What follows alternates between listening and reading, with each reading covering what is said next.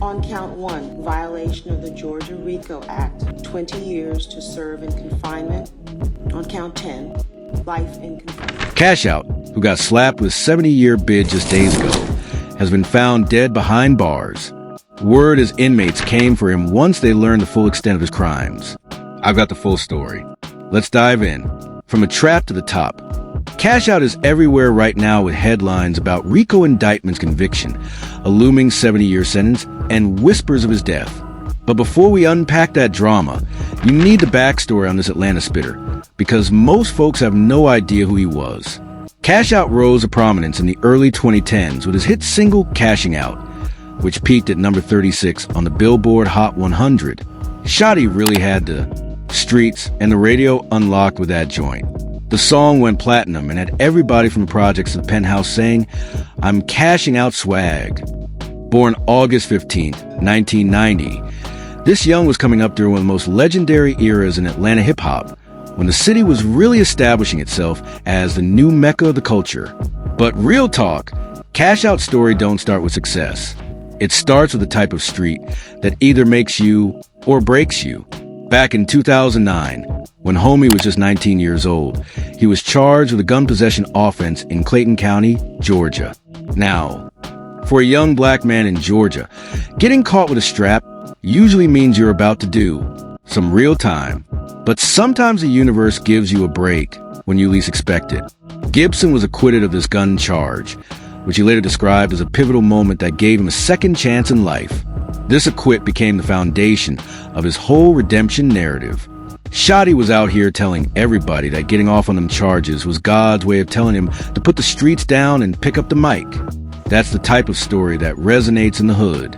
The young trap king who chose bars over being behind bars. Situation, certain things make you, and certain people who come to you make you go another way, you feel me? And I'm glad, that person, in that situation, that God put me through, made me go towards the music, you feel me? And now look at what happened, you feel me? That's the type of real talk that made people believe in Cash Out's transformation. He wasn't trying to act like he never was in the streets. He was keeping it 100 about where he came from while showing folks he was trying to level up. After that acquit, Gibson started grinding on his music career for real. Initially signing with the independent label Bases Loaded. The come-up was gradual but serious.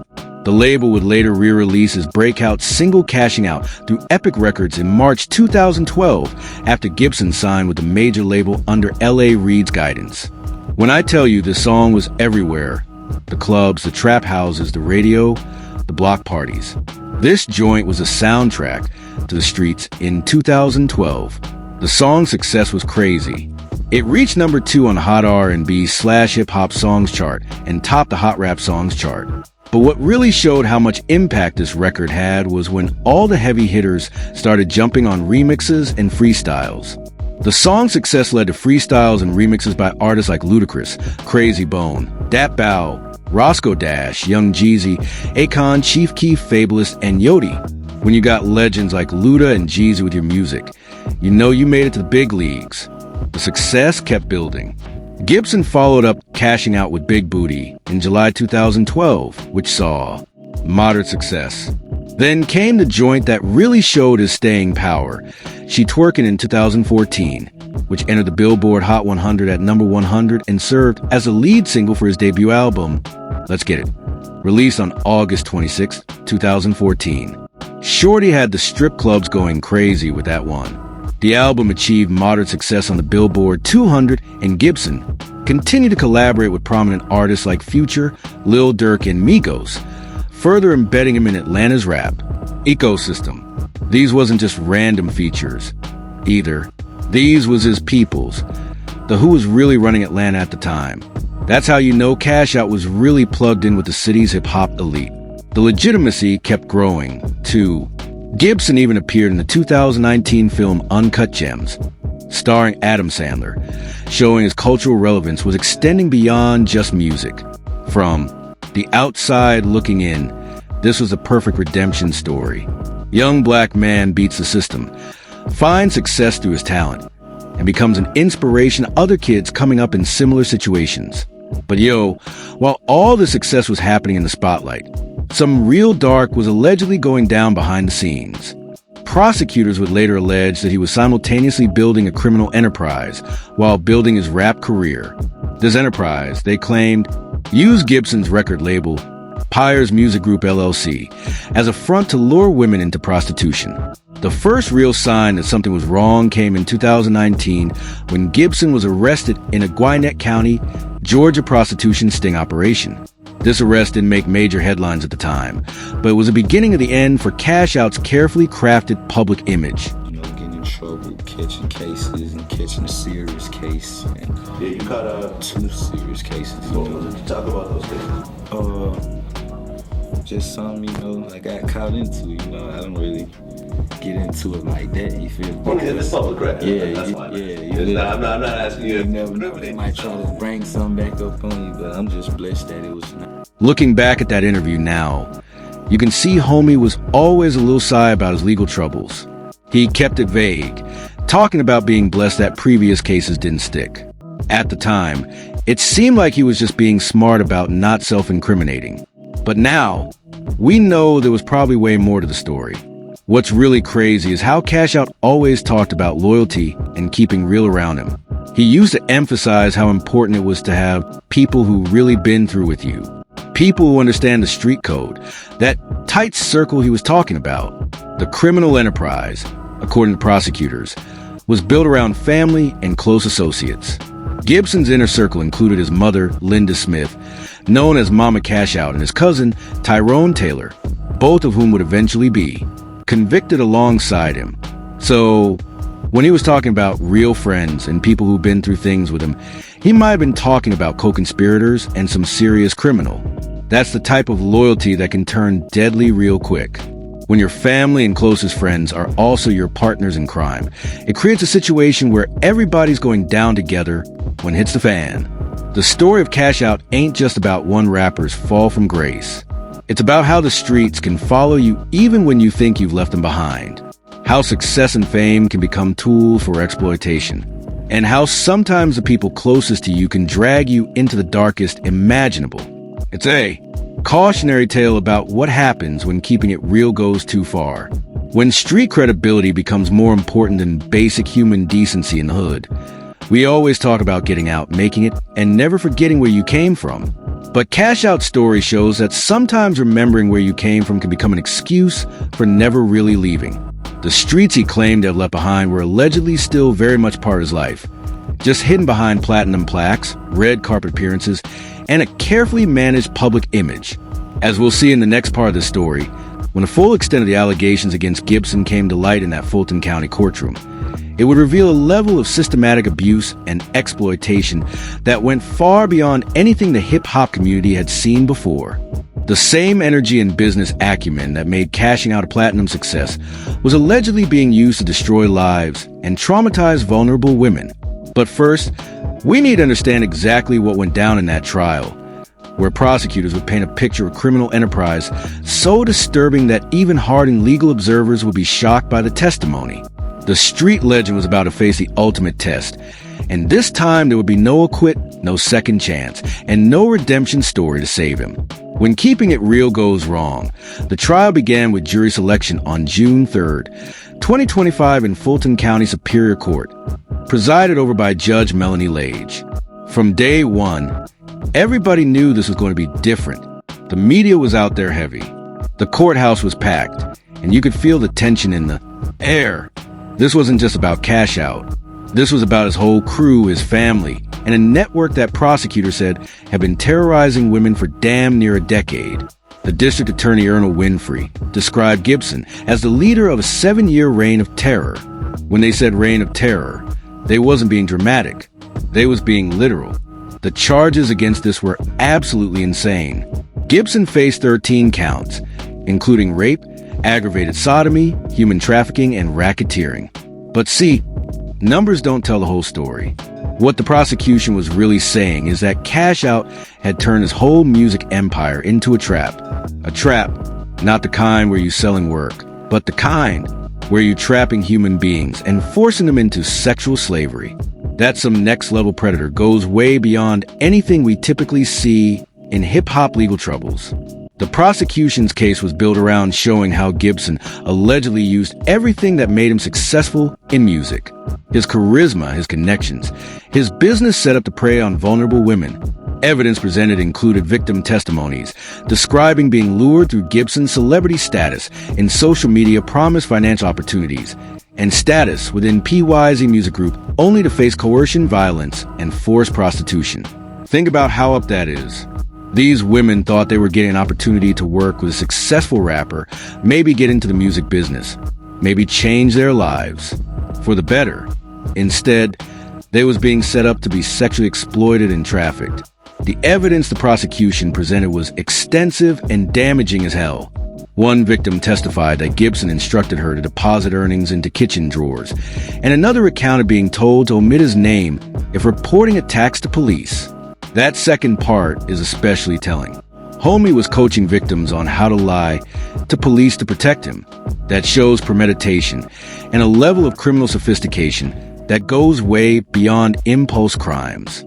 The prosecution also dropped some serious digital evidence.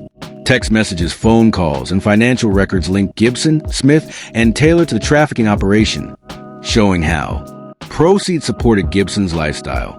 In the age of smartphones and digital records, it's hard to hide criminal enterprises. Every text, every payment, every communication becomes evidence that can bury you in court. But the most disturbing testimony came from the victims themselves. Several women testified that they worked as prostitutes for Gibson with him or his mother, taking their earnings. Some reported being forced into prostitution after being raped by Gibson or Taylor, with one witness stating she was only given food if she performed sex acts for money. A forensic interviewer specializing in sex trafficking testified about the impact on victims, particularly those under 18, highlighting how Gibson's operation exploited vulnerabilities. Having an expert explain the psychological mechanics of trafficking helped the jury understand that this wasn't just prostitution. This was systematic abuse designed to break down victims' ability to resist or escape. The family aspect of this operation made it even more disturbing.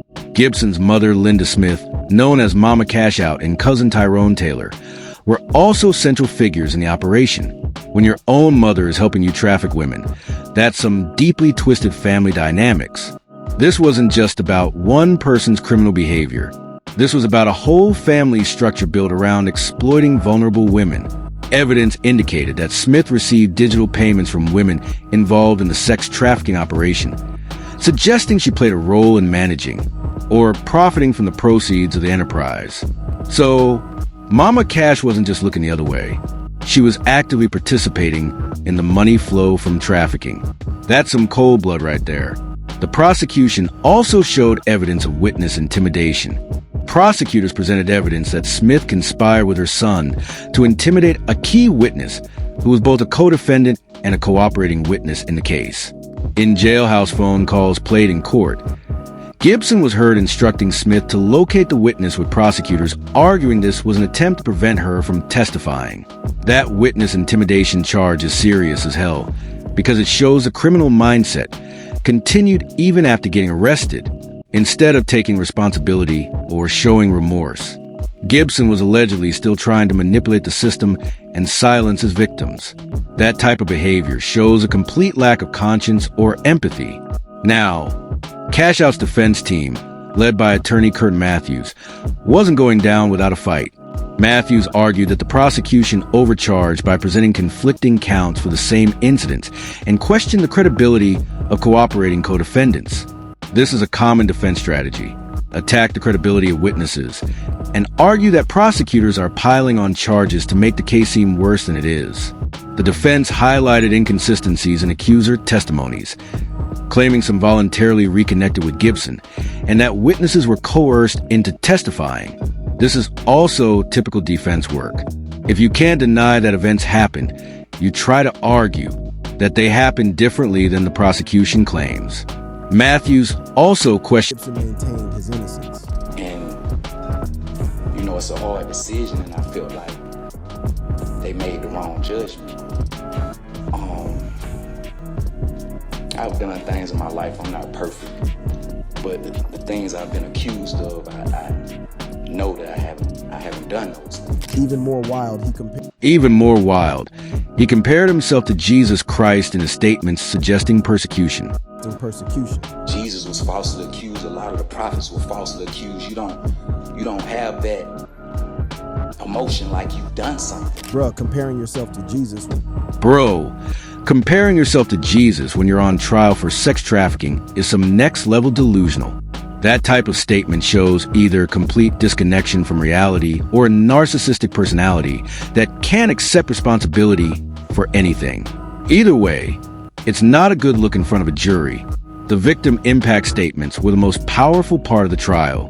Victims described feeling disgusting and unlovable as a result of the exploitation and abuse they suffered. They reported severe mental health issues, including post-traumatic stress disorder, PTSD, depression, anxiety, and other conditions stemming from being trafficked and coerced into prostitution. One victim's statement was particularly haunting. "For the rest of my life, I will fear that he will kill me all because I wouldn't do what he wanted me to do." That's the type of psychological damage that don't heal. Even with Gibson behind bars, these women are still living in fear because of what he allegedly did to them. Victims and their families spoke of the deep emotional toll, with one parent stating that Gibson literally stole the souls of all the women they victimized. When a parent uses language like "stole the souls," you know we're talking about damage that goes beyond the physical crimes into some spiritual, psychological destruction that might never fully heal. The systematic nature of the operation became clear through the evidence. The enterprise operated in locations such as a hotel room near Fulton Industrial Boulevard and a residence in Atlanta's Carroll Heights neighborhood. These wasn't random locations.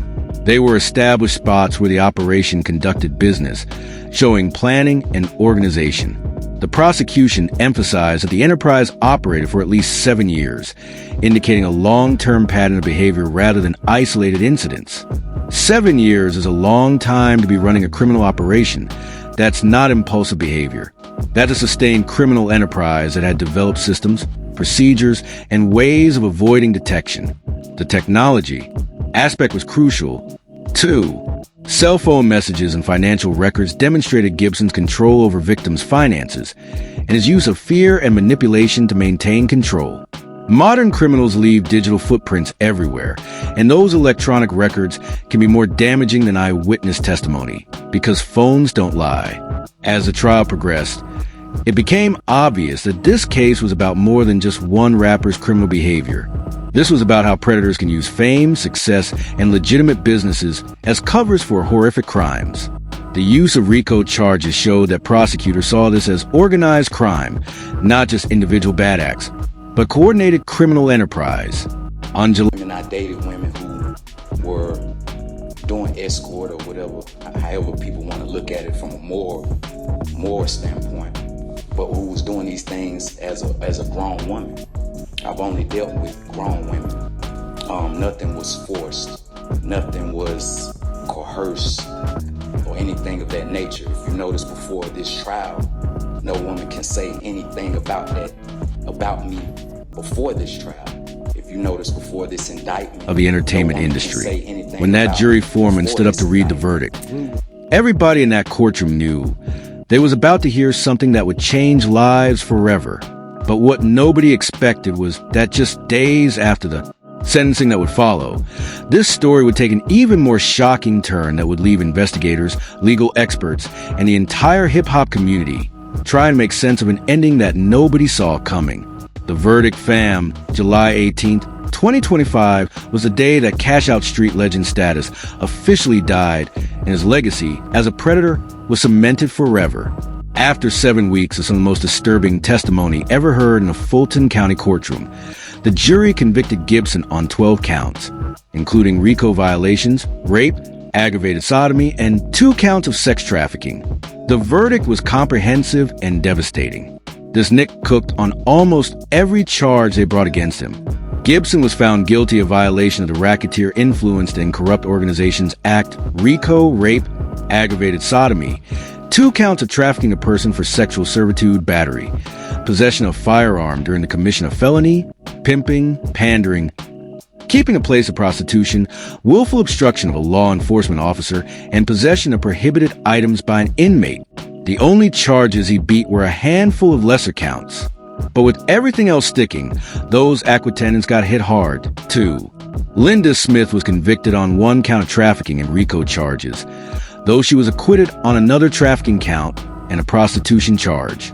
Mama Cash might have dodged some bullets, but she was still looking at serious time. Tyrone Taylor was found guilty on all counts except pimping, including rape, aggravated sodomy, and RICO violations. Cousin Tyrone was about to find out that family loyalty can be expensive as hell. 3 days later, July 21st, 2025, the sentencing hearing started, and that's when it got really emotional. Before the judge dropped those sentences, Judge Melanie Leftridge heard victim impact statements that laid bare the devastating human cost of Gibson's crimes. These statements weren't just testimony. They were raw, unfiltered truth about what happens when predators destroy lives. One survivor's words cut deep. For the rest of my life, I will fear that he will kill me, all because I wouldn't do what he wanted me to do.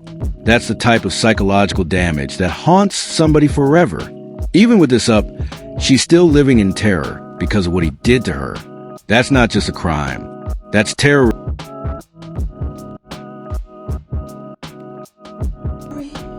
For the victims, and I pray for them and will continue to pray. Because God says, if you love me, you love others. Stealing souls. They're talking about damage that goes beyond the physical, beyond the financial. They're talking about destroying the very essence of who somebody is as a human being.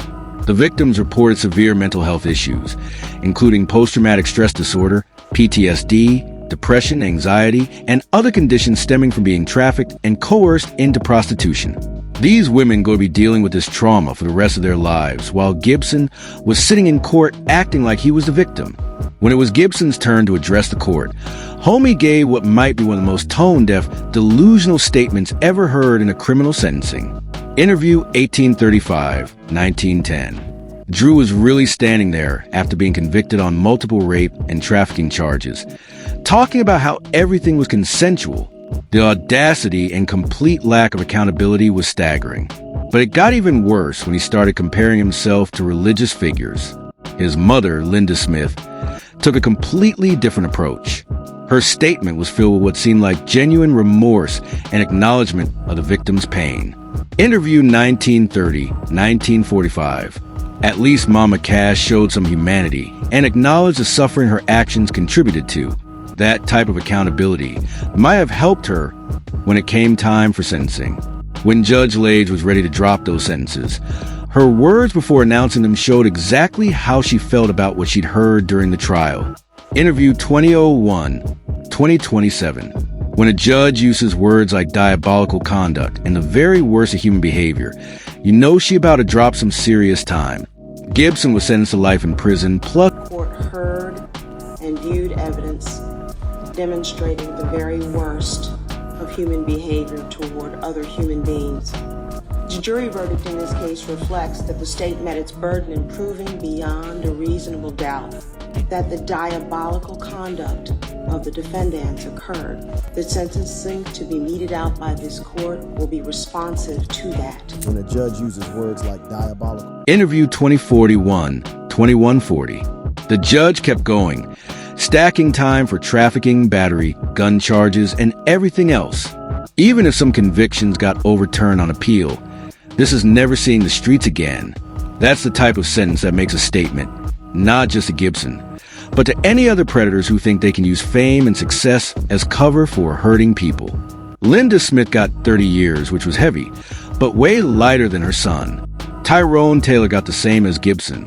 Life plus... Count 1, violation of the Georgia RICO Act, 20 years to serve in confinement, to run consecutive with count 10. On count 10, rape, life in confinement. Count 12, aggravated sodomy, life in confinement to run concurrent with count 10. The judge kept going, stacking time for trafficking, battery, gun charges, and everything else. Even if some convictions got overturned on appeal, this never seeing the streets again. That's the type of sentence that makes a statement, not just to Gibson, but to any other predators who think they can use fame and success as cover for hurting people. Linda Smith got 30 years, which was heavy, but way lighter than her son. Tyrone Taylor got the same as Gibson, life plus 70 years. Cousin Tyrone found out the hard way that blood don't protect you from consequences. All three had to register as sex offenders and were banned from contacting victims or going to certain areas where the crimes happened. The case highlights the intersection of fame. 70 years. Cousin Tyrone found out the hard way that blood don't protect you from consequences. All three had to register as sex offenders and were banned from contacting victims or going to certain areas where the crimes happened. The case highlights the intersection of fame, power, and exploitation in ways that the hip-hop community is still grappling with. This case was part of a trend of Atlanta rappers facing RICO charges following high-profile cases against Young Thug and YFN Lil. The pattern suggests deeper issues in how success, street credibility, and criminal behavior intersect in hip-hop culture. Gibson's use of his record label, Pyre's Music Group LLC, as a front for alleged criminal activity perverted everything music is supposed to represent, instead of being a vehicle for creativity and positive influence. His label allegedly became a tool for exploitation and abuse. The systematic nature of Gibson's alleged crimes also exposed gaps in how society identifies and responds to trafficking operations. The enterprise operated for at least 7 years before being fully exposed, raising questions about what warning signs were missed and what systems could be put in place to catch such operations earlier. For the hip-hop community, Gibson's case represents a painful reckoning with questions about misogyny, the treatment of women, and the difference between artistic expression and real-world behavior. The genre has long struggled with these issues, and cases like Gibson's force uncomfortable conversations about responsibility and accountability. The legal proceedings also demonstrated the evolving use of RICO charges against public figures. Fulton County District Attorney Fani Willis's office has pursued several high-profile RICO cases against Atlanta rappers, showing a strategic approach to targeting what prosecutors see as organized criminal enterprises. But beyond all the legal and cultural implications, this story is ultimately about the victims, the women whose lives were allegedly destroyed by Gibson's criminal enterprise. Their courage in coming forward, testifying, and seeking justice despite the trauma they endured is what made this case possible. Gibson's story serves as a cautionary tale about second chances, street credibility, and the seductive power of fame.